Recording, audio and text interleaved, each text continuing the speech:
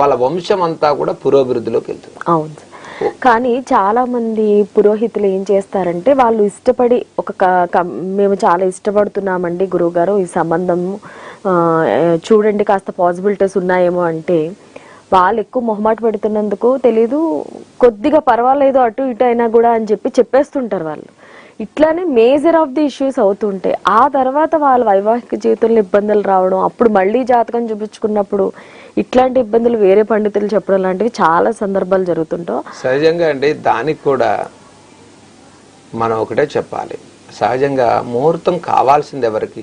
మన పిల్లలకి, అంతే కదా. ఇక్కడ దీనివల్ల మంచి జరిగేది ఎవరికి? మన పిల్లలకి. ముహూర్తం పెట్టించుకునేటువంటి వాళ్ళు అంటే వాళ్ళు ఒక మంచి ముహూర్తం కోసం మీరు ఎంతకాలమైనా మేము ఎదురు చూస్తామనే కాన్సెప్ట్లో ఉండరండి. వాళ్ళకి వివాహం చేసేసి వాళ్ళని ఒక ఇంటి వాళ్ళని చేసేసి ఇలాంటి శుభముహూర్తాన్ని ఇలాంటి మ్యాచ్ని మనం వదిలేసుకోకూడదనే కాన్సెప్ట్లో ఉంటారు. ఎక్కువ మంది ప్రాపర్గా ఏమిటి అంటే ఎక్కడో ద బెస్ట్ మ్యాచ్ వచ్చిందండి, వాళ్ళకి ఇంత ప్రాపర్టీ ఉంది, ఇలాంటి మ్యాచ్ మళ్ళీ మా అమ్మాయికి రాదేమో, ఇలాంటి మ్యాచ్ వచ్చినప్పుడు అది మూఢ్యం అయితే ఏమిటి, బలం లేకపోతే ఏమిటి, మనం ముందు మనం ఒక ఆ అబ్బాయిని మనం ఓకే చేసేసుకుని మనం ముందుకెళ్తే వాళ్ళు మనం కమిట్ అయిపోతే సరిపోతుంది అని ఒక ఆలోచనలోకి వస్తారు. అయితే అది ఏమవుతుందంటే అండి ఈ కాలానుగుణంగా కాలమే అన్నిటికీ చాలా పరిష్కారాలు ఇస్తుంటుంది. ఒక్కొక్కసారి ఈ కాలానుగుణంగా రెండు వీళ్ళు నిర్ణయించుకున్నప్పటికీ ఆ జాతకాల్లో బలం లేకపోవటం వల్ల కానీ వాళ్ళిద్దరికి కంపాటబిలిటీ పొంతం తక్కువ ఉండటం వల్ల కాలానుగుణంగా ఇద్దరి మధ్య డిఫరెన్సెస్ ఎక్కువ వస్తాయి. ఎక్కువ ముహూర్తాలు గ్యాప్ వచ్చినప్పుడు ఏమవుతుంది, ఇప్పుడు అందుకని ఏదైనా ఒక ముహూర్తం నిర్ణయించుకున్నప్పుడు అండి ఇద్దరు సంబంధం ఓకే అయినప్పుడు వీలైనంత వరకు 1 or 2 months మ్యారేజ్ చేసేయమని చెప్తాం, 3 months చేసేయమంటాం.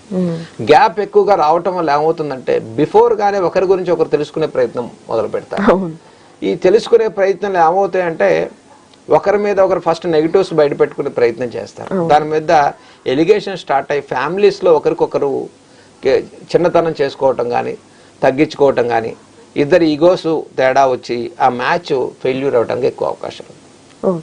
అందుకని వీలైనంత తక్కువ సమయంలో ఆ జాతకాలు చూసుకోవటం, వెంటనే వివాహాన్ని చేయటం. మరి చేసిన తర్వాత మాత్రం ప్రాబ్లమ్స్ రావండి, అక్కడ మీకు ఈ ముహూర్త బలం అనేది మిమ్మల్ని ప్రొటెక్షన్ చేస్తుంది.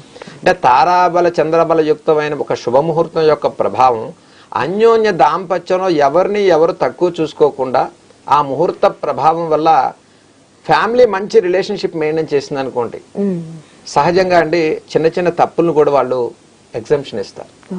అంటే సహజంగా మనకేయో కొన్ని బ్యాడ్ క్వాలిటీస్ ఈ ఫ్యామిలీస్లో ఉన్నప్పటికీ కూడా వాళ్ళని వరించిన తర్వాత మన అమ్మాయి వాళ్ళ ఫ్యామిలీలోకి వెళ్ళిన తర్వాత మనం చాలా విషయాలు వాళ్ళు హైడ్ చేస్తారు. అంటే వాళ్ళ నెగిటివ్స్ని బయట పెట్టే ప్రయత్నం చేయరు. ఇక్కడ వాళ్ళ పద్ధతులు వాళ్ళ గౌరవాలు మనకి అడ్డొస్తుంటాయి అన్నమాట. ఓకే గురుగారు, కాలర్తో మాట్లాడిన తర్వాత మళ్ళీ మనం కొనసాగిద్దాం.